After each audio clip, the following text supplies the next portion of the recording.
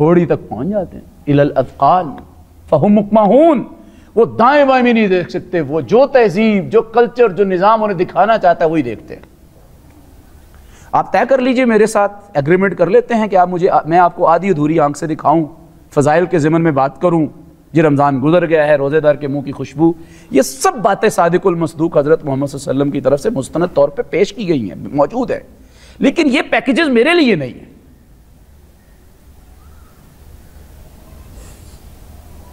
تو کچھ تو غور کریں نا، آخر حالات کیوں نہیں بدل رہے ہمارے؟ حالات کیوں نہیں بدل رہے امت کے، فاقہ کش امت کے؟ دن بدن جو ہے وہ رسومات اور رواج وہ میری خواہش کی وجہ سے ترتیب دیے گئے ہوں یا بین الاقوامی قوتوں کی وجہ سے ترتیب دیے گئے ہوں، دن بدن میرا ناطقہ بند ہو رہا ہے، میرے گلے کی ہڈی بڑھ رہے ہیں، یہاں تک جکڑ لیا ہے مجھے، اور میں گردن یوں بھی نہیں ہلا سکتا، فہم مقمحون، دائیں بائیں نہیں دیکھ سکتے، یہ مطلب ہے اس کا عملی مطلب بتاؤں تو یہ ہے، یہ فہم مقمحون کا، کہ دائیں بائیں نہیں دیکھ سکتے، جیسے غلاموں کو باندھا جاتا تھا پہلے۔ اور اگر لٹریچر کے طور پہ معنی بتاؤں تو اس کا مطلب یہ ہے کہ تہذیب آپ کو اتنا جکڑ لیتی ہے، رسومات اور رواج آپ کو اتنا جکڑ لیتے ہیں، جب اللہ اور اس کے رسول کی بندگی آپ 76 سالوں سے کرنے کے لیے تیار نہیں ہو رہے ہوتے، برسمی کارروائی کر رہے ہوتے ہیں ہم پنجگانہ طور پہ، سالانہ طور پر، حج کے طور پر، ایک واجبی سا تعلق ہوتا ہے ہمارا بس اللہ تعالیٰ کے قرآن کے ساتھ، اور عملی زندگی کے اندر جو ہے وہ سارے کا سارا فیشن، ٹرینڈز، قانون، اصول و ضوابط، روایات، انفرادی اور اجتماعی دائرے کے اندر کس کا غلبہ ہوتا ہے؟ شیطان کا اور شیطانی قوتوں کا ہوتا ہے۔ اور میں روزہ رکھ کے خوش ہوتا ہوں کہ ٹھیک ہے اللہ کے لیے میں نے بھوک پیاس تو برداشت کر لی نا۔ کہا ہے ایسی صورت کا جب تم شکار ہو جاتے ہو تو فہم مقمحون، کہاں تک گھیر لیتی ہے وہ آپ کو؟ یہاں تک۔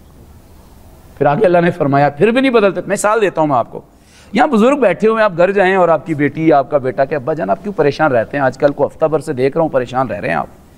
بیٹا کیا کروں، جب سے تمہاری شادی کے دن رکھے گئے، میں ایک مثال سے بات واضح کر رہا ہوں کہ کس طرح مجبوریاں اور رسومات اور رواج انسان سے اس کے جائز کام بھی رکاوٹ بن جاتی ہیں۔ بیٹا جب سے تمہاری شادی کے دن رکھے گئے ہیں نا بیٹا، انتظامات اور اس کے اہتمام اور اس کے تقاضوں کے لیے اس وقت کیا ہے بہت فکر مند رہتا ہوں۔ دیکھو بیٹا تھوڑی دیر کے لیے مشورہ کر سکتے ہیں، کوئی بات ہو سکتی ہے؟ جی ابا جان کیجیے، آپ کی بیٹی ہوں، آپ کا بیٹا ہوں، کیجیے۔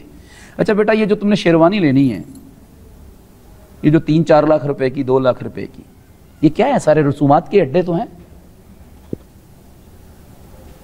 بیٹا یہ جو تم نے لہنگا لینا ہے بیٹا، جو 3-4 لاکھ روپے کا، بیٹا نہ لو تو کیسا لگے گا؟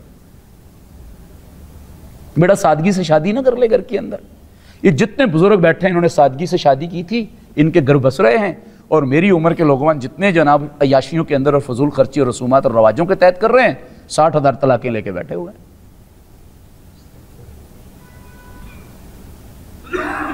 ابا جان آپ کیا بات کر رہے ہیں؟ دیکھیے ابا جان دنیا بدل گئی ہے، اب وہ حالات نہیں رہے۔ دیکھیے ابا جان دنیا کے ساتھ بھی تو چلنا ہوتا ہے نا، لوگ کیا کہیں گے، محلہ اور برادری کیا کہے گی، معاشرہ کیا، میری فرینڈز کیا کہیں گی؟ اسی طرح کے گزر آتے ہیں نا بچوں کی طرف سے، اور کس طرح کے آتے ہیں۔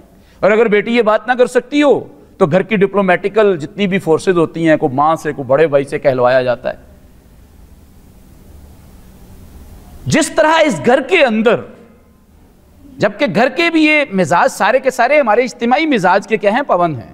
جس طرح ہم نے اسلام کے ایک چھوٹے سے معاملے کو جسے کہتے ہیں قبول ہے، قبول ہے، قبول ہے جی، قبول ہے، قبول ہے، قبول ہے، یہ گواہ بیٹھے ہوئے جی، آپ گواہ رہی ہو، اس حق مہر کے تحت یہ بیٹی آپ کی ہوئی، آپ جانے اللہ جانے، امانت آپ کے پاس، اللہ پوچھ لے گا آپ سے۔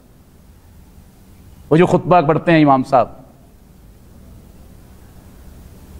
اتنی سادگی سے گھر آباد ہو رہا تھا۔ بالکل بچہ جس طرح کے ایکسکیوزز پیش کرتا ہے یا ہم کرتے ہیں گھر کے اوپر، بالکل اگر میں یہ پوچھوں کہ ہماری امت مسلمہ بھی اسلام کو پوری دنیا کے اندر سسپینڈ کر کے، معطل کر کے بیٹھی ہوئی ہے، تو انہی بہانوں کی وجہ سے کر کے بیٹھی۔ عالمی برادری کیا کہے گی؟ عالمی حالات یہ نہیں ہے، گلوبلائزیشن ہے، جدیدیت بھی کچھ ہے ہوتی ہے، آج کا دور ٹیکنالوجی کا دور ہے۔ اس دور کے اندر 21ویں صدی کے اندر اب 1400 سال 1500 سال پہلے والا دین نظام زندگی کیسے نافذ کریں؟ مجھے بتائیے سود حلال ہے یا حرام ہے؟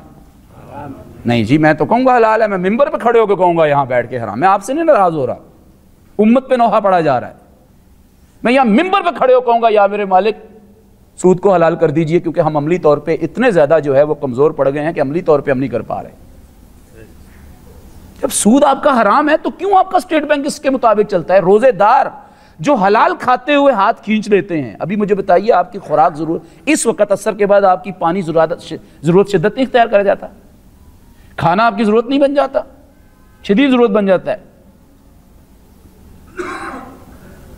یہ روزے داروں کی امت جو حلال کھانے سے ہاتھ روک لیتی ہے، یہ روزے داروں کی امت ہاتھ باندھ کے پھر کیا کرتی ہے؟ اللہ کی حرام کردہ چیزوں سے ہاتھ نہیں کھینچتی، کہتی کہ دنیا کیا کہے گی، ان کا اسٹیٹ بینک، ان کا اسٹاک ایکسچینج، ان کا ٹیکسیشن ڈپارٹمنٹ، ان کا ریونیو ڈپارٹمنٹ، ان کے بین الاقوامی قوتوں سے لین دین کے سارے معیارات اور پیمانے سارے کے سارے سود کے معیارات کے اوپر پورے اتر رہے ہوتے ہیں، اور یہ بہانہ بنا کے اس سود کو اختیار کیے ہوئے ہوتے ہیں اور اللہ اور اس کے رسول سے جنگ کو اختیار کیے ہوئے ہوتے ہیں کہ دیکھیے جی دنیا کیا کہے گی، دنیا کے ساتھ چلنا پڑتا ہے، عالمی معیارات یہ ہیں، معیشت نہیں چلے گی ملکی۔ جبکہ روزے داروں کو روزے کی حالت میں اس بات کی تربیت دی گئی ہوتی ہے کہ تم بھوک اور پیاس بھی برداشت کر سکتے ہو، تمہیں یہ تربیت دی گئی ہے، تم بحیثیت قوم اللہ کے حکم پر عمل کرتے ہوئے بھوکے بھی رکھے جا سکتے ہو، تمہاری یہ تربیت کی، تم تعلقات بھی توڑ سکتے ہو۔ اللہ نے فرمایا جب تم یہ نہیں نہ کرو گے اور مجبوریوں کے بہانے بناؤ گے طرح طرح کی، تو مجبوریاں اور قدغنے اور سینکشنز اور پابندیاں اور یہ گلے کی ہڈی اور بھی اتنی بڑی ہو جائے گی تمہاری کہ پھر سانس لینا ابھی تو اتنی گھٹن بڑھے گی کہ سانس لینا محال ہوگا۔ اگلی آیت اس سے سخت فرمائی اللہ نے، تبرک کے طور پہ سورہ یاسین پڑھتے ہیں، کتنا بڑا ہمارے بحرانوں کی وجہ بتا رہی ہے، ہماری جو ہے نا وہ ہماری حالت پہ پرسہ پڑ رہی ہے، نوحہ پڑ رہی ہے، ہماری غلامی کی اس انداز کی گئی گزری کیفیت کو بیان کر رہی ہے۔ آگے اللہ تعالیٰ نے اس سے زیادہ سخت فرمائی آیت، کہا جب تم اسی ریتی اور روایت پہ چلتے رہو گے اور واپس نہیں لوٹو گے، اپنے رویوں کا جائزہ نہیں لوگے، تو پھر کیا ہوگا؟ پھر مزید گھٹن بڑھے گی اور پھر یہ ہوگا کہ وَجَعَلْنَا مِن بَيْنِ أَيْدِيهِمْ سَدًّا وَمِن خَلْفِهِمْ سَدًّا فَأَغْشَيْنَاهُمْ فَهُمْ لَا يُبْصِرُونَ، پھر دائیں بھی بند گلی، بائیں بھی بند گلی، آگے بھی رستے مسدود، پیچھے بھی رستے مسدود۔ فَأَغْشَيْنَاهُمْ، تمہاری اپنی جہالتیں، ان کی اپنی جہالتیں ان کو کیا کر لیں گی؟ پھر ڈھانپ لیں گی۔ اس وقت ہماری جہالتوں نے ہم کو ڈھانپا ہوا، رسومات اور رواجوں کی جہالتوں نے۔ فَهُمْ لَا يُبْصِرُونَ، پھر دیکھ بھی نہیں سکو گے، پھر وہی کرو گے جو تمہیں وہ تہذیب کروانا چاہے گی، وہ شیطانی نظام تم سے کروانا چاہے گا۔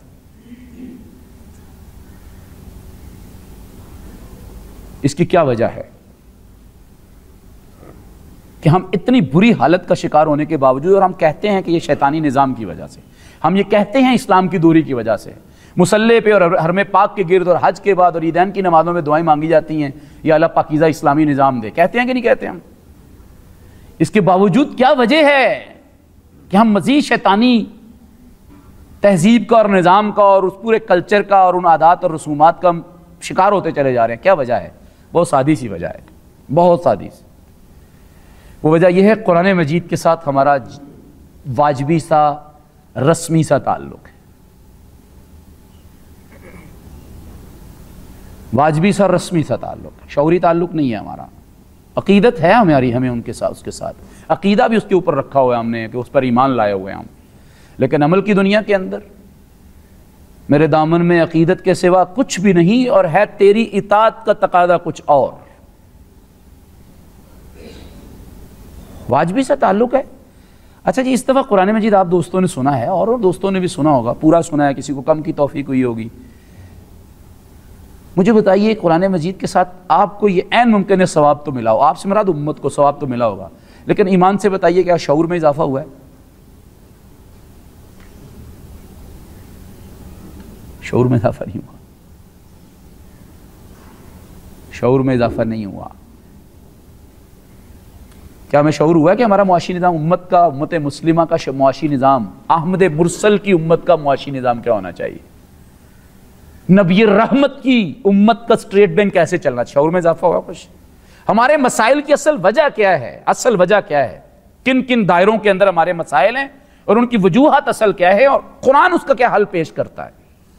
مجھے بتائیے کیا قرآن مجید کو بطور حل ہم نے جانا ہے؟ نہیں جانا۔ بس صبح ہوتی ہے، شام ہوتی ہے، زندگی یوں ہی تمام ہوتی ہے، امت سنے جا رہی ہے قرآن مجید۔ یار ناراض نہ ہوئیے گا میری بات سے، مجھے بتائیے حفاظ میں اضافہ ہو یا کمی ہوئی ہے؟ مسجدوں میں اضافہ ہو یا کمی ہوئی ہے؟ ان بزرگوں نے جہاں بچپن کے اندر نمازیں پڑھی ہیں یا میں نے بھی پڑھی ہیں، وہ کون سی ہوتی تھی؟ جو چٹائیاں ہوتی تھی، جو صفے ہوتی تھی، وہ کون سی ہوتی تھی؟ ٹاٹ، وہ لکڑی، کیا اسے کہتے ہیں، وہ کھجور کی یا اس کی ہوتی تھی۔ مسجدوں کی تزئین و آرائش میں اضافہ ہوا ہے، لیکن برائی کیوں ملٹیپل پرپورشنیٹ ریٹ پہ اور جناب بڑھتی چلی جا رہی ہے؟ کیوں بڑھتی چلی جا رہی ہے؟ اس کی سادی سی وجہ یہ ہے کہ قرآن مجید کے ساتھ ہمارا کون سا تعلق ہے؟ رسمی سا۔ میں کچھ مثالوں سے اس بات کو واضح کرتا ہوں۔ مثال کے طور پہ دیکھیے، یہ کس نے طے کر لیا کہ قرآن مجید رمضان المبارک میں لازمی ختم کرنا ہوتا ہے تراویح میں؟ کچھ اچھوتی بات لگی آپ کو کہ میں ممبر میں مسجد میں آپ دوستوں کے درمیان بیٹھ کے، قرآن سننے اور سنانے والوں کے درمیان بیٹھ کے یہ بات کر رہا ہوں؟ کس نے طے کر لیا؟ یہ کہاں سے ہم نے لے لی؟ یہ مسئلہ مستنبط کر لیا، نکال لیا کہ قرآن رمضان میں ایک دفعہ ختم کرنا ہوتا ہے۔ آپ کہیں گے جی نبی کی سنت ہے، صحابہ کی سنت ہے۔ جی بالکل تسلیم کرتے ہیں، لیکن نبی اور صحابہ تو قرآن مجید کے قرض اور فرض سارے کیا کرتے تھے؟ ادا کرتے تھے۔ فہم و فراست کے حوالے سے، تفہیم کے حوالے سے، شعور کے حوالے سے، یہ پہلا تقاضا۔ پھر اس کے لیے حاضر آئی جد و جہد، کشمکش، یہ دوسرا تقاضا قرآن مجید کا، اور قرض۔ پھر تیسرا قرض کون سا تھا؟ کہ اس کے لیے کچھ بھی قربان کرنے کا کیا ہے؟ جذبہ اور عملاً ثابت کر رہے تھے۔ بھئی وہ تو رمضان المبارک میں تیزی سے قرآن مجید 30 دنوں میں ختم کرے تو کچھ سمے لگتی ہے، لیکن وہ امت جو ایک لمبی مدت سے فقط تلاوت کے اوپر فوکس کیے ہو اور پورے کا پورا نظام زندگی قرآن کے مخالف بنایا ہوا ہو، انہوں نے یہ کہاں سے پکڑ لیا کہ رمضان المبارک میں لازمی طور پہ تلاوت ہم کیا کرنی ہے؟ میں نے ایک جگہ خلاصہ تراویح بیان کر رہا تھا، آپ یقین مانیں زبردستی 15 منٹ لیے ہیں ان سے میں نے۔ کتنے منٹ لیے؟ بارگیننگ کر کے، جی آدھا گھنٹہ ہو جائے، جی نہیں 20 ہو جائیں، جی نہیں چلے 15 تو ہو ہی جائیں۔ مجھے شوق نہیں تھا، 15 منٹ تو ہو ہی جائیں۔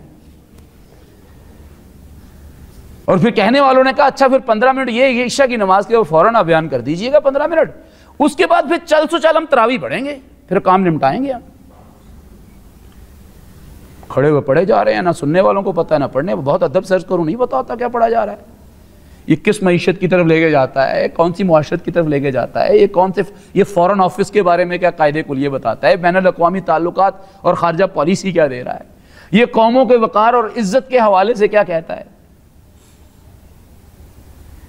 اب ذرا دیکھیے، آپ مثال دیتا ہوں میں آپ کو، اگر فرض کیا کہ حضور نبی کریم صلی اللہ علیہ وسلم تو ویسے اللہ کے آخری نبی، پیغمبر، رسول تھے، اللہ کی طرف سے بھیجے ہوئے فرستادہ تھے، ان کے بعد کسی نبی، پیغمبر، رسول نے نہیں آنا، وہ خاتم النبیین تھے، وہ خاتم النبیین ہیں۔ مجھے یہ بتائیے کہ اگر نبی کریم صلی اللہ علیہ وسلم کی امامت ہو اور میں اور آپ جیسے دیوانے پیچھے اقتداء میں کھڑے ہوں اور ماحول حرم مدنی کا ہو، حرم مسجد نبوی کا ہو، کیا لگے گا؟ کیسا لگے گا؟ پوری رات قیام کریں گے نا، پوری رات۔ اللہ تعالیٰ ایک چنبش مجھ کو جھٹک کے کیا کر دے گا؟ اس کا انکار کر دے گا کہ مجھے یہ مطلوب نہیں ہے۔ یا ایھا المزمل قم اللیل الا قلیلا نصفہ او انقص منہ او زد علیہ ورتل القرآن ترتیلا انا سنلقی علیک قولا ثقیلا۔ اے راتوں کو اٹھ کے قیام کرنے والے میرے پیارے حبیب، پوری رات قیام مت کیا کیجئے، کھڑے ہوا کیجئے، لیکن کیا ہے؟ الا قلیلا، تھوڑا وقت، نصفہ آدھی رات، او انقص منہ، یا اس سے بھی کم کیا کیجئے۔ اچھا چلے دل چاہتا ہے او زد علیہ، چلے تھوڑا سا بڑھا لیجئے، لیکن کرنے کا کام جو ہے وہ کیا ہے؟ ورتل القرآن ترتیلا، قرآن مجید کو ٹھہر ٹھہر کے تدبر سے پڑھا کی، ترتیل کے اندر، یعنی کئی قسمیں میں ہمیں خواہ مخواہ مانوی طور پہ علمیت نہیں جھاڑنا چاہتا، کئی شکلیں ہیں، تدویر ہے، حدر ہے، مشق ہے، ترتیل ہے۔ ترتیل کے اندر جو قرآن مجید کا یہ لفظ آیا ہے، عربی کہتی ہے ترتیل کا مطلب ہوتا ہے تدبر، فہم، یعنی اپنی ذمہ داریاں لگاتے ہوئے پڑھنا، اپنا جائزہ لیتے ہوئے پڑھنا، اپنی کم مائیگی کے اوپر قرآن مجید کو گواہ بناتے ہوئے پڑھنا۔ ترتیل کا مطلب ہوتا ہے شعور سے پڑھنا، کہ قرآن مجید کیا ذمہ داریاں لگا رہا ہے، اس طور پہ پڑھا کیجئے۔ کیوں؟ خود اللہ نے آگے فرمایا، بہت بڑی بات فرمائی، اللہ نے فرمایا کیونکہ آپ کے پیچھے آپ کی اقتداء مبارک کے اندر جو صحابہ، جو خوبصورت شخصیات کھڑی ہیں، ان میں سے ایک گروہ تو ایسا ہے کہ جو کسب معاش اور روزی روٹی کی تلاش کر کے واپس آیا ہے، اور اس نے پھر کیا کرنا ہے، آرام کرنے کے بعد کل پھر جانا ہے. وہ زیادہ لمبا وقت نہیں سن سکتے. اور آپ کے پیچھے کھڑے ہوئے لوگوں میں سے ایک گروہ ایسا بھی ہے اور ایک جماعت ایسی بھی ہونی صحابہ میں سے کہ جو جذبہ جہاد اور محاذ جنگ سے واپس آئی ہے اور کل پھر انہوں نے اسلام کی کسی ایسی ذمہ داری پہ جانا ہے. اور ایک گروہ ایسا بھی ہے جو بیمار ہیں، تبرک کے طور پہ پیچھے کھڑے رہتے ہیں. اسی لیے زیادہ پڑھنے سے یہ خدشہ موجود ہے کہ وہ فہم اور فراست کے اعتبار سے فوکس شاید نہ کر پائیں. تو چونکہ ان کی ابھی ان کی فکر، ان کا نظریہ، سوچ بچار تعمیر کے مرحلے سے گزر رہا ہے، اسی لیے ان کے سامنے سمجھا کے پڑھنا ضروری ہے. یہ تو تصور بھی نہیں کیا جا سکتا نا کہ حضور نبی کریم صلی اللہ علیہ وسلم کے بارے میں یہ آیت اتری ہوگی. نہیں، یہ تصور کر سکتے ہیں کہ حضور صلی اللہ علیہ وسلم ٹھہر کے نہیں پڑھتے ہوں گے. اور اس ٹھہر کے پڑھنے سے مراد آہستہ آہستہ پڑھنا ہے. آپ یہ سمجھ سکتے ہیں کہ حضور صلی اللہ علیہ وسلم صرف جب پڑھتے ہوں گے تو پیچھے صحابہ کو یا لمون تالمون اور اللہ اکبر ہی سمجھ لگتا ہوگا. اس سے یہ مطلب بھی نہیں ہے کہ لفظی طور پہ کہا ٹھہر کے پڑھو، کیونکہ حضور صلی اللہ علیہ وسلم سے یہ گمان ہی نہیں کیا جا سکتا. اور یہ بھی گمان نہیں کیا جا سکتا کہ حضور نبی کریم صلی اللہ علیہ وسلم جو ہے وہ تدبر کر کے نہیں پڑھتے ہوں گے. یہ ہو ہی نہیں سکتا. یہ تو امت کو سبق دیا گیا ہے، یہ تو صحابہ کو سبق دیا گیا ہے. کیونکہ اللہ نے فرمایا کیوں ٹھہر کے پڑھے. اِنَّا سَنُلْقِي عَلَيْكَ قَوْلًا ثَقِيلًا، آپ کے اوپر ایک بہت بھاری ذمہ داری آن پڑنے والی ہے. ہم ان قریب آپ پر القاء کریں گے، آپ پر ڈالیں گے، آپ کو سونپیں گے، آپ کو تفویض کریں گے. قولاً ثقیلا، ایک بہت بھاری ذمہ داری تہذیب کے کشمکش کی، انسانیت اور مظلوم انسانیت اور محروم انسانیت کی محرومیوں کو دور کرنے کی ذمہ داری، انسانوں کو بندوں کی غلامی سے نکال کر ان کو ان کے رب کی غلامی میں دینے کی ذمہ داری، ان کی ثقافت کو آزاد کروانے کی، ان کی معیشت کو آزاد کروانے کی، ان کی معاشرت کو آزاد کروانے کی کہ شیطان سے آپ نے آزاد کروانا. یہ بہت بھاری ذمہ داری آپ پہ پڑنے والی ہے. اسی لیے قرآن مجید کو ٹھہر کے پڑھیے. آپ اور میں کیوں ذمہ داری نہیں اٹھا رہے؟ یہ اجتماعی سادی سی بات ہے، یہ بتا دی اس راز نے. ہم یہ اجتماعی ذمہ داری انقلاب کی، قرآن مجید تو انقلاب کی کتاب ہے یار، کشمکش کی کتاب ہے. یہ تو محاذرائی اور مقاومت کی کتاب ہے. میں نے اور آپ نے اس کو تلاوت کی کتاب بنا لی ہے. میں نے اور آپ نے اس کو یاد کرنے والی کتاب بنا لی ہے. کوئی ایک صحابی بتائیے، ایک تابعی بتائیے، ایک تبع تابعی بتائیے، صحابی جس نے حضور صلی اللہ علیہ وسلم سے حالت ایمان میں ملاقات کی اور حالت ایمان کے اندر کیا ہوا ہو، فوت ہوئے ہو، صحابی ہے. تابعی وہ جو صحابی کا شاگرد رہا ہو، حضور صلی اللہ علیہ وسلم سے ملاقات ثابت نہ ہو. تبع تابعی وہ ہے جس کی صحابی سے ملاقات ثابت نہ ہو اور وہ تابعی کا یعنی حضور صلی اللہ علیہ وسلم صحابہ کے شاگردوں کا شاگرد رہا ہو حالت ایمان میں.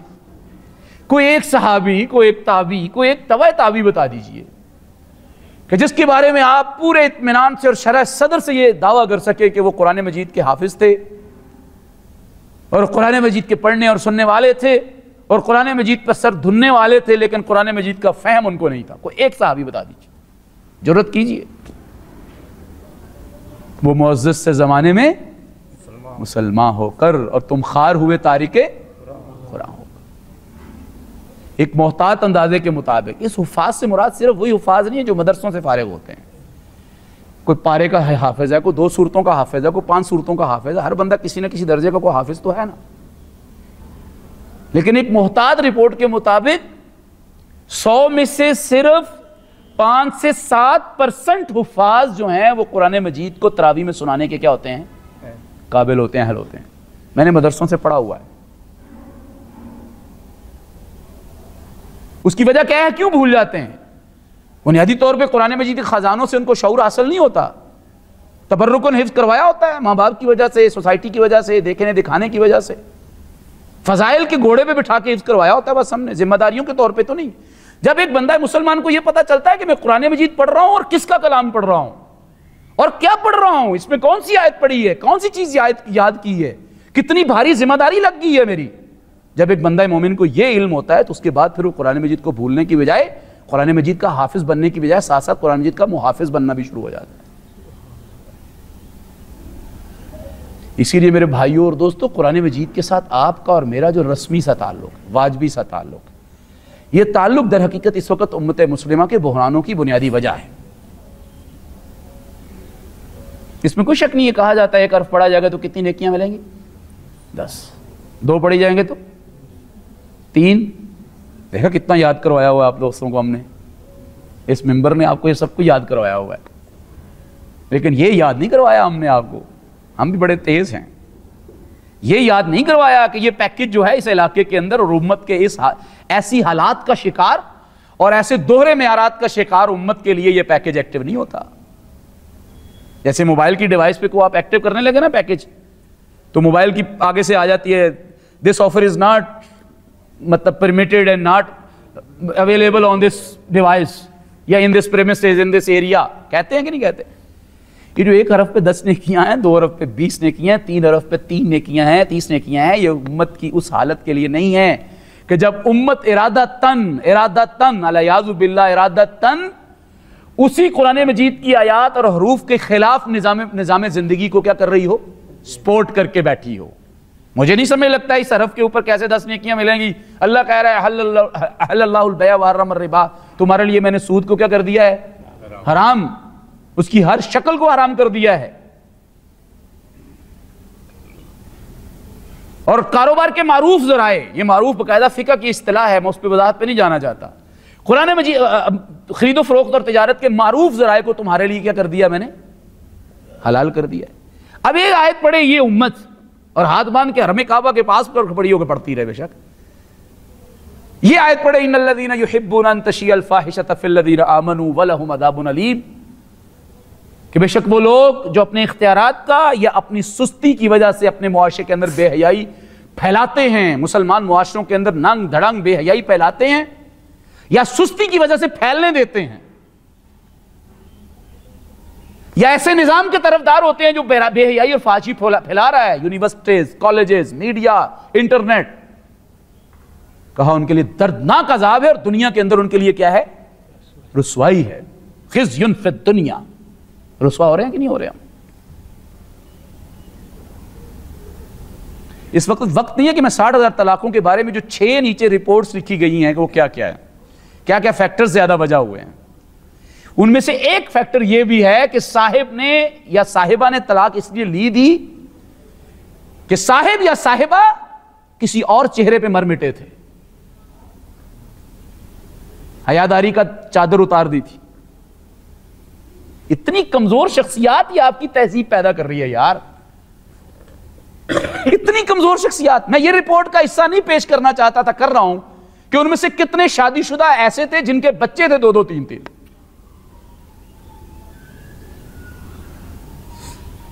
اسی لیے میرے بھائیوں اور دوستوں, مجھے نہیں سمجھ لگتی کہ اس آیت کے حرف کے اوپر 10 نیکیاں کیسے امت کو ملیں گی کہ جو خارجہ پالیسی کے طور پر بین الاقوامی تعلقات کے معاملے میں ہزیمت, بزدلی, ناپنسکی, مصلحت پسندی, اغیار کی غلامی کو اپنے لیے وجہ افتخار اور وجہ امتیاز سمجھتی ہو, قابل فخر جانتی ہو اور کہتی ہو میرے امریکہ سے اچھے تعلق ہو رہے ہیں پاکستان کے اب,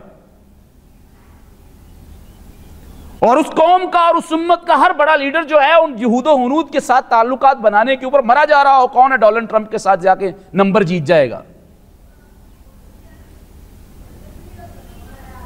اور وہ آیت پڑھیں یا ایھا الذین آمنوا لا تتخذوا اليہود والنصارى اولیاء, اے لوگو جو ایمان لائے ہو, ایمان لانے کے بعد تمہیں یہ چیز میل نہیں کھاتی, یہ کوئی منصفانہ عادت نہیں ہے, کوئی انصاف پسندی نہیں ہے, یہود و نصارہ کے ساتھ دوست مت بناؤ تم نے.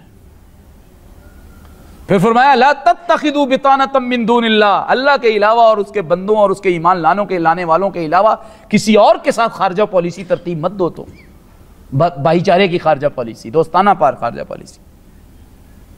اور امت کی کیفیت یہ ہو کہ ہاتھ باندھ کے اپنوں کو مروایا جا رہا ہو اور اس کے نتیجے کے اندر آپ افغانستان کے معاملہ سنبھالے نہ جا رہے ہوں, اور دعاؤں میں ہم کہہ رہے ہیں یا میرے مالک امت مسلمہ کو امن دے اور باہمی طور پہ اتفاق اور اتحاد کے ساتھ رہنے کی توفیق دے اور وسط ایشیا اور ایشیا کے مسائل حل کر دے. جس وقت یہ فیصلہ کیا جا رہا تھا کہ ہم اپنے مسلمان بھائیوں کے ہاتھ باندھ کے مروائیں گے انہیں, کیا اس وقت یہ قرآن مجید کی آیت نہیں تھی اور اللہ موجود نہیں تھا کہ ہم اس کی طرف رجوع کرتے؟ ہم نے ایک فاسق کے کہنے کے اوپر یا ایھا الذین آمنوا ان جاءکم فاسق بنبأ فتبینوا ان تصیبوا قوما بجہالۃ فتصبحوا علی ما فعلتم نادمین, اے مومنو تمہیں زیب نہیں دیتا کہ تمہارے پاس کوئی دنیا کا فاسق یا تمہارے کنبے اور قبیلے اور علاقے کا فاسق خبر لے کے آئے اور اس خبر کی بنیاد کے اوپر تم پوری دنیا کو دہشت گردی کی لپیٹ میں لے آؤ اور تم دہشت گردوں کا ساتھ دینے لگو.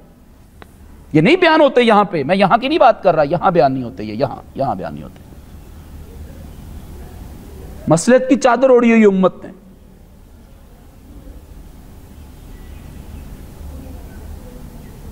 اسی لیے میرے بھائیوں اور دوستو، قرآن مجید کے ساتھ واجبی سا ہمارا تعلق. میں نے یہ بات کی یہاں بیان نہیں ہوتے تو ہمارے اسرار بھی نے ادھر دیکھا ہے، یہ یہاں نہیں ہوتے نا جی. یہاں ڈاکٹر حبیب الرحمان صاحب کرتے ہوں گے، میں ان کی تو بات نہیں کر رہا، میں تو امت کی بات کر رہا ہوں، تو ممبر کو بات کر رہا ہوں میں. حرم کے رکھوالے، اجعلتم سقایت، پڑھی آیت یہاں پہ ہم نے، اجعلتم سقایت الحاج وعمارت المسجد الحرام کمن آمن. اگر پڑھی ہے جی میں حافظ نہیں ہوں، آگے کیا جی بھلا، کمن آمن.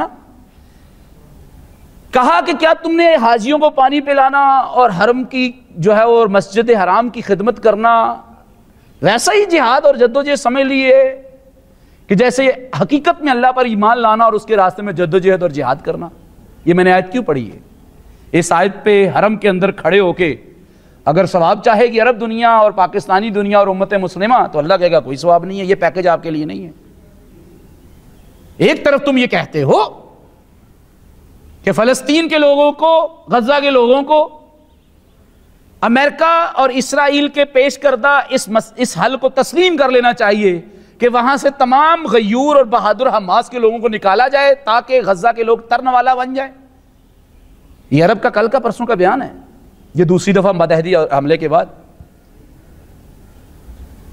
تمہارا ایمان کدھر ہے؟ تمہاری جدوجہد اور غیرت کدھر ہے؟ جہاد کا وہ سارا درس اور تدریس کدھر ہے تمہاری؟ تم یہ آیت نہیں سنتے؟ اس آیت کے اوپر تمہیں کیوں محدود 10 نے کیا اور 15 نے کیا اور 20 نے کیا؟ یہاں یہ پیکج نہیں ہے. اس وقت پیکج کون سا ایکٹیو ہے کہ قرآن مجید کو پڑھنے والے کتنے ہی ایسے ہیں جن پر قرآن مجید کیا بھیج رہا ہوتا ہے؟ یلعنہم اللہ ویلعنہم اللاعنون،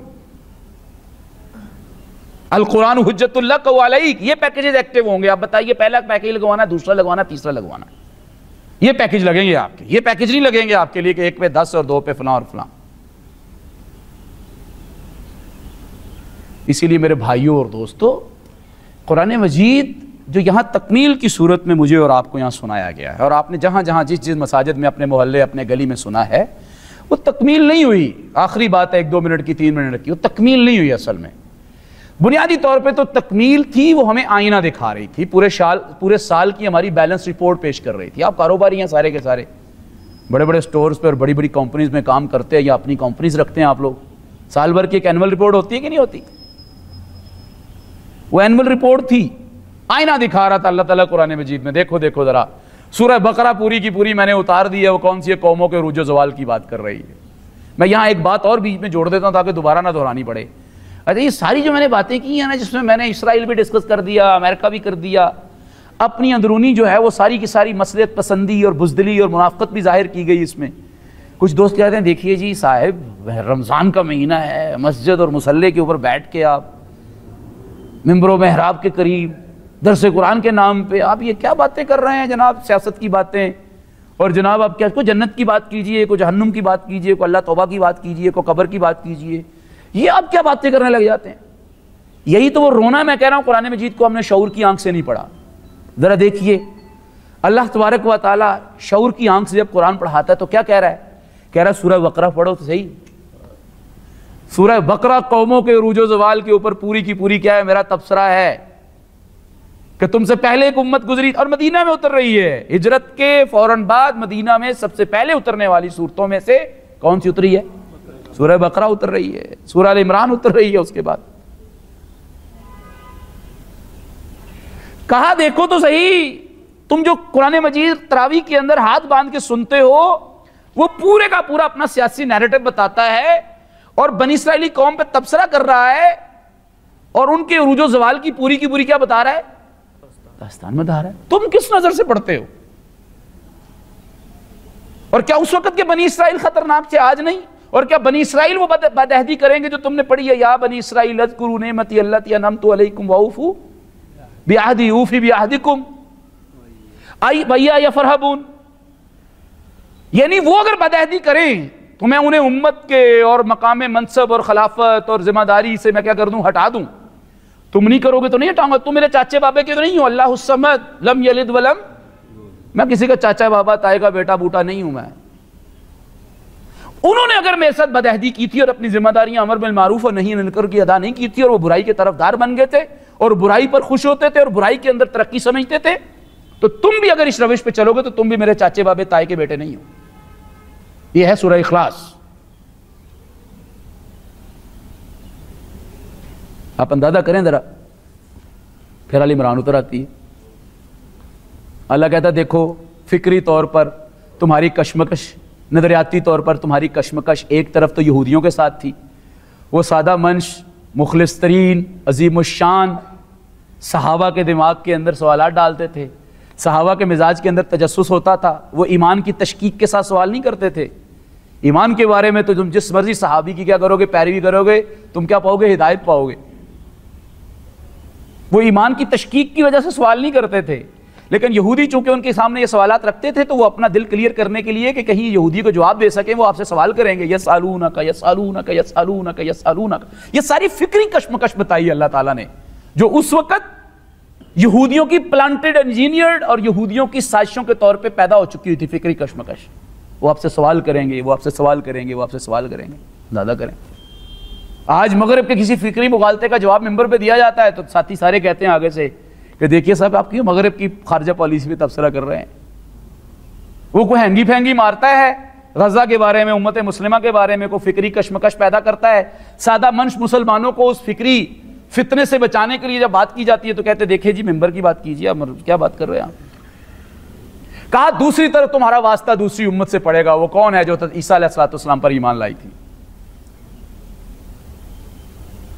پھر عیسیٰ ابن مریم بنت عمران، یعنی عیسیٰ علیہ السلام کے نانا جان کا کیا کیا جاتا ہے؟ سورت اتار دی جاتی ہے. یہ تمہارا واسطہ عیسائیوں سے بھی پڑے گا.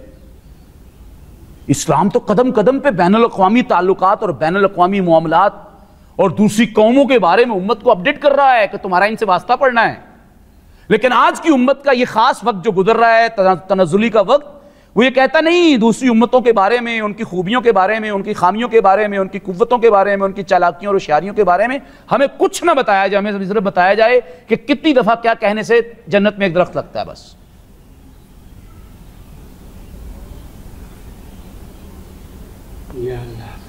پھر کچھ دوست ایسے بھی سیانے ہوتے ہیں، روزے داروں کے ایک یہ تعداد اچھی خاصی موجود ملے گی آپ کو. ایک مذہبی پورے کا پورا ایک مائنڈ سیٹ ہے. وہ کیا ہے جی دیکھیں جی کھانے کو خود تو ملتا نہیں ہے تو آپ دیکھیں جی کیا تبصرے کر رہے ہیں یہاں پہ بیٹھے ہوئے. حالات نہیں ہیں امت مسلمہ کے اور پاکستان کے کہ ہم جناب غزہ کے بارے میں بات کریں. یہ سورہ روم سنی ہے کبھی آپ نے؟ سورہ روم کیا کہہ رہی ہے اور کب اتر رہی ہے؟ کتنے حالات نازک تھے اس وقت. کھانے کو کچھ نہیں تھا، مہاجرین کی آبادکاری کا مسئلہ تھا، صحابہ کی نفسیاتی اور جذباتی صحت کو بحال کرنے کا مسئلہ تھا. کوئی پیچھے اپنی بیگم اور بچے چھوڑ کے آیا ہوا تھا. ایک صحابی کہتے ہیں کہ مجھے تمہارا ابا جان ملے تھے راستے میں چوک میں، ہجرت سے پہلے کی بات ہے، اور کہہ رہے تھے کہ آپ تو محمد کے ساتھ جانا چاہتے تو جاؤ مدینہ، میں اپنی بیٹی کو نہیں لے کے جانے دوں گا، میں اپنے نواسے نہیں جانے دوں گا ساتھ، میرے نواسے اور میری بیٹی چھوڑ کے جانا اگر تم نے مدینہ کی طرف ہجرت کرنی ہے تو. بتاؤ تو کیا کہتی ہو آپ؟ ٹھیک ہے کوئی مسئلہ نہیں ہے. اس وقت اسلام کی طرف سے صبر ہی کا حکم دیا گیا ہے. بس آپ مدینہ میں جائیے، جا کے اسلام کے دفاع کی اور محاذرائی کیجئے. میں مکہ میں رہ کے اسلام کی کیا کرتی ہوں؟ وکالت کرتی ہوں. ایسے صحابہ کی نفسیاتی اور جذباتی صحت کی بحالی کا بھی کیا تھا؟ مسئلہ تھا. پھر منافقین عبداللہ بن ابی کی قیادت میں جو کام کر رہے تھے وہ مسلسل مدینہ کی ریاست کو کمزور کرنے کی کوششوں میں تھے. پھر مدینہ کی سرحدوں کے اوپر مکہ اور سرداران مکہ اور مشرکین کی طرف سے مسلسل کیا رہتی تھی؟ کشیدگی رہتی تھی. پھر کھانے کو اناج نہیں تھا.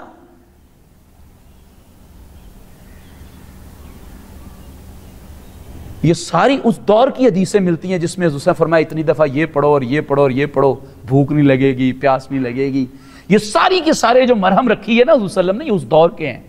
کشمکش کرنے والی قوم کے لیے فضائل ہوتے ہیں. جو قوم فرائض ہی ادا نہ کر رہی ہو انہیں کبھی بھی کیا نہیں ملتے. ایک دفعہ سبحان اللہ کہنے پہ جنت میں درخت نہیں لگتا ان کا. یہ غلط فہمیاں نکال دیجئے، پہلے فرض ادا کیجئے. صحابہ کو جب یہ فضائل کی ساری سنائی تھی وہ 7 فرائض پورے کر رہے تھے.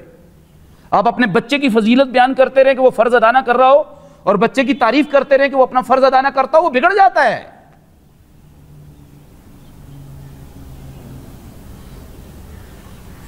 تو آپ اندازہ کیجئے کہ ایسے موقع پہ کیا اترتی ہے، اللہ کس پہ تبصرہ کر رہا ہے. کھانے کو خود نہیں مل رہا، نہیں صحابہ کسی نے صحابی نے نہیں کہا اے اللہ کے پاک پیغمبر ذرا مہربانی کیجئے نا، بڑا کٹوایا جی سانو، بڑی ہوگی ساڈے نال، اپنے گھر بار چھڑے، سارا کچھ چھڑیا تھے، مدینہ چاہے تھے بھی سکون کوئی نہیں. یعنی 23 سال کے عرصے میں کوئی ایک دن بتا دیجئے جب عالمی حالات، جب معروضی حالات، جب زمینی حقائق مسلمانوں کی حمایت میں تھے، ایک دن بتا دیجئے آپ. مشکلیں اتنی پڑی کہ آسان ہو گئیں، اتنی آسان ہوئی کہ قربانی دینے والے صحابہ سب کچھ قربان کر دینے کے بعد بھی کیا کہتے ہیں، یسألونک ماذا ینفقون، اور بتائیے ہمارے لائق کچھ اور ہے تو نہیں ہے. اللہ کہہ رہا ہے قل، اے نبی ان کو کہہ دیجئے، قل العفو، جو ضرورت سے زائد ابھی تمہارے پاس موجود ہے وہ کیا کر دو، تحریک کو ضرورت ہے وہ کیا کر دو، اس پہ خرچ کر دو. کوئی اور ہے ساڑھے لائق دسو، کہتے ہم بھی کہتے ہیں نا معاشرتی لیں، کوئی اور ساڑھے لائق ہے دسو. بتائیے 23 سال کے عرصے میں کوئی ایک کامیابی مادی اعتبار سے، اس اعتبار سے، اس کے اعتبار سے، سکون کے اعتبار سے، ایک دن بتا دیجئے کوئی 23 سال کے عرصے میں کوئی ایک کامیابی صحابہ کی گود میں اسلام نے ڈالی ہو، بتا دیجئے. ہجرت ہے، مہاجرت ہے، شعب ابی طالب کی گھاٹی ہے،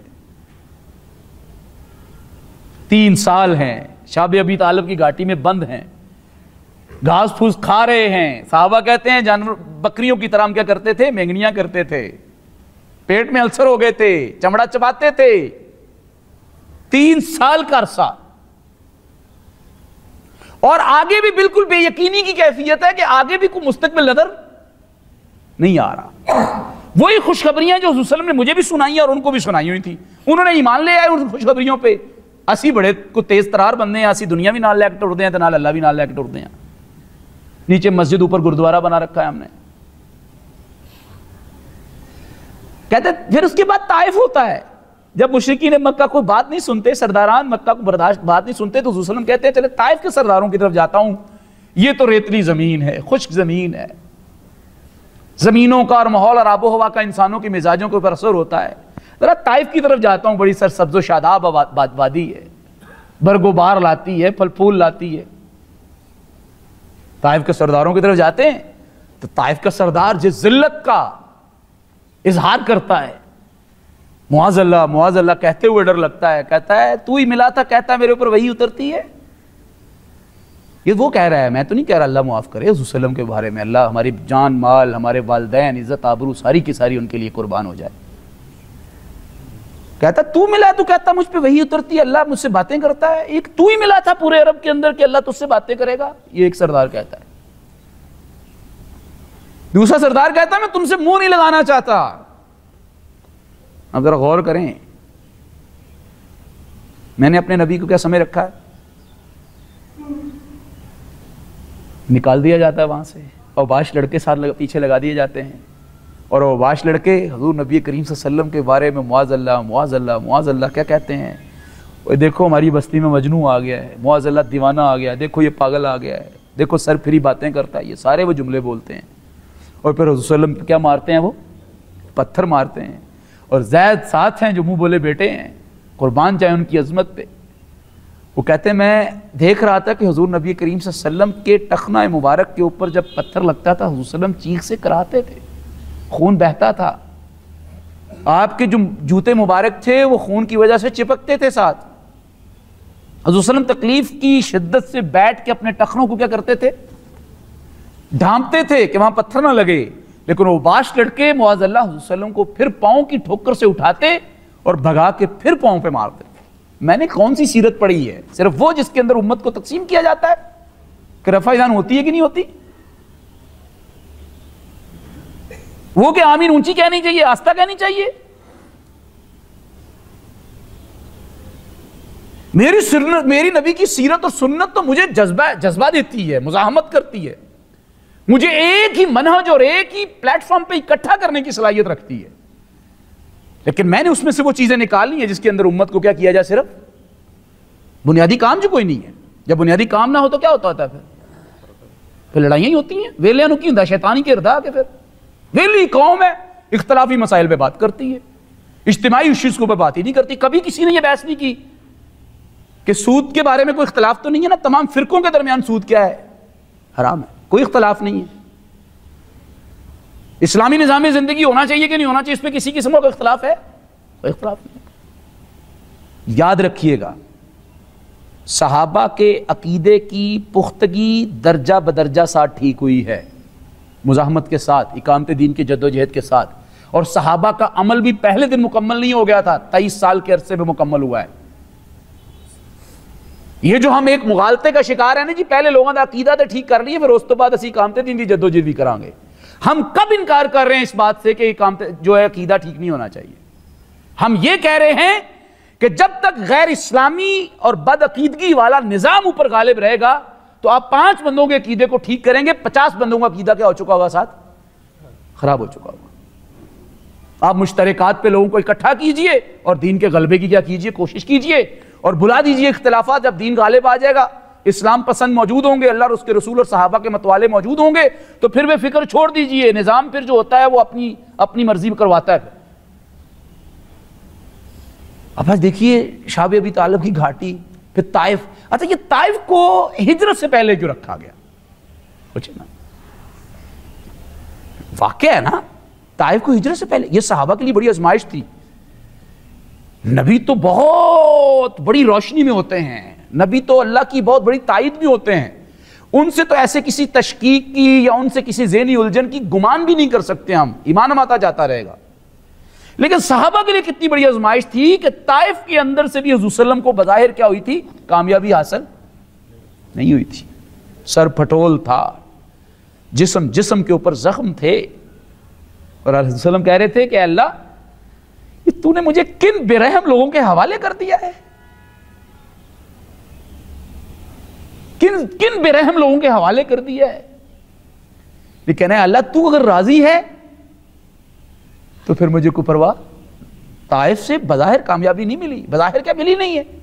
اس کے بعد کیا آتی ہے, ہجرتیں آتی ہیں. اور ہجرت میں سب سے بڑی ہجرت کون سی ہے؟ ہجرت جو ہے وہ حبشہ, ہجرت مدینہ ہے. یس, کسی ایک صحابی نے کہا ہو, کسی انٹلیکچول نے ٹائی پہن کے یا کوئی دوسری حدیثیں نکال کے اس نے کہا ہو دیکھیے جی بس انف از انف, کافی ہو گیا ہے, یہ طائف سے آپ کو کچھ حاصل نہیں ہوا, مہربانی کیجئے مکہ والوں کے ساتھ کیا کر لیجئے, صلح کر. موجودہ نظام کے خداؤں کے ساتھ کیا کر لی جائے, صلح, بیچ بچاؤ کا راستہ نکال لیجئے, ایڈجسٹمنٹ کر لیجئے, ان کے معیارات کے اوپر پورے اتر جائے, FATF سائن کر لیجئے, بس کیری لوگر بل سائن کر لیجئے, آپ CTBT سائن کر لیجئے. یہ سارے پرانے لوگ جانتے ہیں. دنیا کے ساتھ چلنا پڑتا ہے نا جی, کیا کریں پھر. اب دیکھیں نا حضور صلی اللہ علیہ وسلم, اب بہت کچھ ہو گیا ہے نا جی, دیکھیں نا میرے پیچھے چھوٹے چھوٹے نیانے روندے پہ, بچے رو رہے ہیں میرے, مہربانی کریں نا جی. اب بس آپ کسی ایک صحابی نے یہ بات نہیں کی. ہجرت مدینہ جی, چلیں گے. کیا لوگ تھے یار, رضی اللہ عنہم ورضوا, کیا لوگ تھے وہ. اچھا وہی لوگ نہیں ہیں صرف, انسانیت کسی دور کے اندر بھی بہادری پہ, جرت پہ, دلیری پہ, غیرت ایمانی پہ انسانیت کے کسی دور کے بھی مناپلی اور اجارہ داری نہیں ہے. اس بات کو صحابہ کے خلاف مت سمجھیے گا. وہ الگ بات ہے کہ ان تمام معیارات کے اوپر صحابہ نبیوں کے بعد سب سے زیادہ افضل تھے, لیکن یہ کسی خاص عمر کے انسانوں کے لیے یہ خاص نہیں ہے کہ اسی دور کے لوگ بہادر ہوں گے, غیرت مند ہوں گے, فلاں ہوں گے. یہ غزہ کے لوگوں نے کیا کر دیا ہے. پہلے تو ہم عذر پیش کر دیتے تھے جی وہ تو نبی تھے نا جی, وہ تو صحابہ تھے نا جی, اب ہم جیسے تو نہیں ہو سکتے. یعنی یہ عذر بنا کے ہم نے اسلام کو معطل کیا ہوا تھا. غزہ والوں نے کہا ذرا دیکھو ہم بھی آپ کے دور کے لوگ ہیں, آپ ہی کی طرح کے مٹی سے بنے ہوئے ہیں, ہمیں بھی درد ہوتی ہے. یقین مانیے عرب کے لوگ اپنی برادری, اپنے قبیلے اور اپنی اولاد کے ساتھ محبت کرنے کے معاملے میں پوری دنیا کے لوگوں سے زیادہ کیا ہوتے ہیں, شدید ہوتے ہیں. عرب اپنی اولاد سے بہت کیا کرتا ہے, اتنی آپ اپنی اولاد سے محبت نہیں کرتے جتنی وہ کرتے ہیں. اس کی وجہ کیا تھی, عرب شروع سے قبائل میں رہتے تھے اور قبائلی نظام تھا, اور قبائل کے اندر اس بات کی بڑی اہمیت ہوتی ہے کون کثیر الاولاد ہے, کس کی اولاد زیادہ ہے, کس کے بچے زیادہ ہے, کس کا خاندان بڑا ہے. اسی لیے وہ مین پاور کے اوپر, انسانی وسائل کے اوپر بڑا بھروسہ رکھتے تھے. وہ عرب بہت محبت کرتے ہیں اپنی اولاد کے سامنے، یہ مت سمجھے ان کو اولاد سے کیا نہیں ہے، محبت نہیں ہے، لیکن وہ غیرت ایمانی سے، وہ قرآن مجید کی آغوش میں ان کی ماں ان کو دودھ نہیں پلاتی، دودھ کے ساتھ گھول کے کیا پلاتی ہے؟ چھوٹے چھوٹے بچے ہیں جو قرآن مجید کا اتنا حصہ جو ہے وہ سناتے ہیں اور اس موقع پہ بیان کرتے ہیں جس موقع پہ سے بیان کرنا چاہیے، حفظ نہیں کرتے۔ ایک بچے نے اس دن کمال کیا، اس کا پورا خاندان شہید ہوگا، لبنان میں رہ رہا ہے آج کل، کہہ رہا ہے کہ اللہ بھی چالیں چلتا ہے اور وہ بھی اپنی چالیں چلتے ہیں، وہ چالیں چلتے ہیں کہ تمہیں مار دیں، تمہیں علاقے سے نکال دیں، تمہیں قید کر دیں، اور اللہ بھی اپنی تدبیر کر رہا ہے، اور اللہ کی تدبیر بہت زیادہ کیا ہے، غالب آتی ہے، اور وہی غالب آتی ہے، اور اللہ کی تدبیر مومنین کے لیے کیا ہوتی ہے، بہترین ہوتی ہے۔ اس نے پتہ نہیں کیا سوچ رکھا ہوا ہے، پھر آگے وہ کہتا ہے مومنو مطمئن رہو، اطمینان رکھو، اللہ نے تمہارے لیے کوئی خیر سوچا ہوگا، پریشان نہ ہو۔ ٹرمپ سے پہلے بھی ایک فرعون آیا تھا اور وہ کہتا تھا انا ربکم الاعلی، میں سب سے بڑا رب ہوں، لیکن وقت آنے پہ پتہ چلا کہ وہ تیر بھی نہیں سکتا تھا۔ وہ کیا نہیں سکتا تھا؟ وہ تو تیر بھی نہیں سکتا تھا۔ وہ ہمیں دلاسا دے رہے ہیں، امت کو دلاسا دے رہے ہیں، اور یہاں کے بیٹھے ہوئے کالے انگریز ان کے زخموں کے اوپر روتے ہوئے حماس کو برا بلا کہہ رہے ہیں، کیونکہ اسرائیل اور امریکہ کے تمام عزائم جو ان کے بڑوں کے عزائم جو کیا ہو گئے، خاک آلود ہوئے۔ یعنی جب افغانستان کے اندر امریکہ نے آ کے افغانستان کے بچوں کو مارا تھا، اس وقت تو تم امریکہ کی فیور میں بات کرتے تھے سارے میڈیا کے اوپر بیٹھ کے، اس وقت تو مسلمان امت اور مسلمانوں کا خون نظر نہیں آتا تھا۔ اب حماس نے جب ان کے تمام مقاصد کو کیا کیا، غارت کیا ہے، ان کا وہ اکنامک کوریڈور، ان کا سی پیک، ان کا اسرائیل کو تسلیم کیے جانے کا خواب، ان کا پورا بھرم، ان کا آئرن ڈوم، ان کی ٹیکنالوجی کا بھرم جب توڑ دیا سارے کا سارا، ان کی دم پہ صحیح پاؤں آیا ہے۔ اب تمہیں حماس کی اس ایکٹیویٹی کے نتیجے میں جب غزہ کے شہداء ہوئے ہیں تو تم بڑا روتے ہو۔ افغانستان کے جو بچے تھے وہ شہید نہیں تھے جن کو امریکہ مار رہا تھا؟ اب انہیں یہ ہمدردی نہیں ہے، اصل مسئلہ ان کو تکلیف اس بات کی کہ حماس کو اتنا بدنام کرنے کی کوشش کرو اور مجاہدین کو اور جذبہ جہاد کو، کہ جس کے نتیجے میں ہماری کیا ہوئے، مقاصد سارے کے سارے خاک آلود ہوئے اور ہمارے مقاصد پورے نہیں ہو رہے۔ اسی لیے میرے بھائیوں اور دوستوں، اگر قرآن مجید سننے، پڑھنے، روزہ رکھنے، رمضان یہ کرنے کے بعد، اعتکاف کرنے کے بعد میرے اندر اگر محاذ آرائی کا، کشمکش کا جذبہ پیدا نہیں ہوتا، میں چھوٹے درجے میں اور بڑے درجے کے اندر میں برائی کا طرفدار ہوں اور نیکی کا طرفدار نہیں ہوں، اور قرآن کی آیات مجھے کنتم خیر امۃ اخرجت للناس، اور پھر فرمایا ولتکم منکم امۃ یدعون الی الخیر ویأمرون بالمعروف، اور یہ جو آیت وتعاونوا علی البر والتقوی ولا تعاونوا علی الاثم والعدوان، بھلائی کے معاملے میں معاونت کرو اور برائی کا اور برے کا ساتھ نہ دو، یہ آیات اگر مجھے بھلائی اور برائی کی تمیز پیدا نہیں کرتی اور گندے اور اچھے کے درمیان تمیز نہیں پیدا کرتی، تو سمجھ لیجئے میں نے صرف رسم نبھائی ہے، اس کے علاوہ میں نے کچھ حاصل نہیں کیا۔ ہم اللہ سے دعا کرتے ہیں کہ اللہ تعالی ہمیں قرآن مجید کے ساتھ جیتا جاگتا ایسا شعوری تعلق بنانے کی توفیق عطا فرمائے جو مجھے ڈرائنگ روم اور درس و تدریس تک محروم نہ رکھے، بلکہ مجھے محاذ آرائی اور کشمکش۔ مجھے ایک ساتھی نے کہا، یار یہ جو چبوترا اور صفے کو کیا نام اس کا، اصحاب صفہ ہیں، یار یہ دیکھو کتنی ان کی موج تھی، حضور صلی اللہ علیہ وسلم کے پاس بیٹھ کے حضور صلی اللہ علیہ وسلم ان کے اناج کا خیال کرتے تھے، کھانے پینے کا، اور سکھاتے بھی تھے، اور ان کو کوئی فکر نہیں ہوتی تھی کھانے پینے کی۔ میں نے کہا بڑے بھولے بادشاہ ہو بھائی آپ کو کس نے کہہ دیا صحابہ نے مفت خوری میں پڑھا ہے؟ صحابہ نے تو مفت خوری میں نہیں پڑھا، صحابہ نے تو پوری کی پوری زندگی اس طور پہ انویسٹ کی ہے، پورا خاندان انویسٹ کر دیا ہے قرآن کی بخاری پڑھنے کے معاملے میں، حدیث پڑھنے کے معاملے میں۔ وہ تو جس آیت کو پڑھتے تھے اگلے دن اس کی پے کرنے کے لیے اور اس کی انویسٹمنٹ کے لیے کہاں نکل جاتے تھے؟ میدان میں نکل جاتے تھے۔ وہ آیت پڑھتے تھے، آیت اپنے کسی رشتہ دار کی گردن پہ چھری پھیر رہی ہوتی تھی، تعلق کو محدود کر رہی ہوتی تھی، وہ اس رشتہ دار کو دعوت دیتے تھے، تعلق، یہ انویسٹمنٹ کرتے تھے۔ وہ تو قدم قدم کے اوپر اپنی معاشرتی، معاشی، اپنی جانی، مالی سب کچھ کیا کر رہے تھے؟ انویسٹ کر رہے تھے۔ اور آپ کیا سمجھتے ہیں صحابہ اگر کاروبار کرتے تو چھوٹا کاروبار کرتے کیا؟ فرق صرف اتنا، انہوں نے ڈرائنگ روم میں بیٹھ کے اور چٹائی پہ بیٹھ کے اور اے سی میں بیٹھ کے اور پنکھے کے نیچے بیٹھ کے قرآن نہیں سیکھا تھا، اور انہوں نے صرف بیٹھ کے قرآن نہیں سیکھا تھا، انہوں نے قرآن مجید کو محاذ آرائی کے دوران سیکھا تھا، اور قرآن مجید کو محاذ آرائی کی کتاب بنایا تھا، اور جہاں جہاں جس جگہ پہ قرآن مجید ان کی ذمہ داریاں لگاتا تھا وہاں جا کے وہ انویسٹ کرتے تھے، کچھ بھی قربان کر دیتے تھے۔ آپ کہتے ہیں وہ مفت خوری کر رہے تھے، سوال ہی نہیں پیدا تھا وہ مفت خوری کر رہے تھے۔ صحابہ سے زیادہ کسی نے انویسٹ ہی نہیں کیا، اسی لیے بڑے ٹرینڈز بدلنے کی ضرورت ہے۔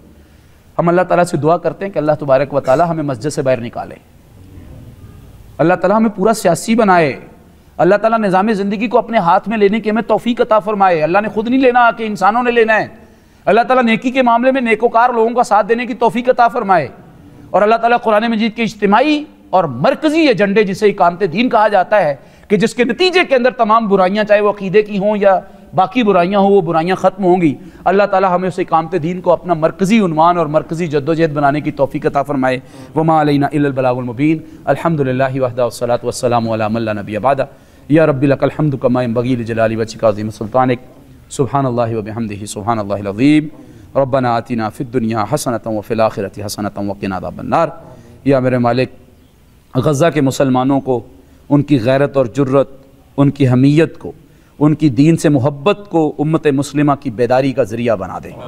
یا میرے مالک، جس گہرے اور مضبوط انقلاب کی انہوں نے بنیاد رکھی ہے، جس بیداری کی انہوں نے بنیاد رکھی ہے، یا میرے مالک اس بیداری کے اندر مزید برکت عطا فرما، اور امت مسلمہ کو بھی اپنا سب کچھ قرآن اور اسلام اور حرم کے لیے قربان کرنے کی توفیق عطا فرما۔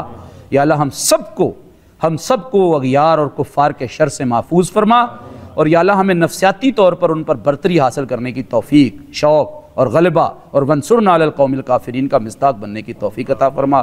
یا اللہ ہمیں دعائیں مختصر اور عمل طویل اور زیادہ کرنے کی توفیق عطا فرما۔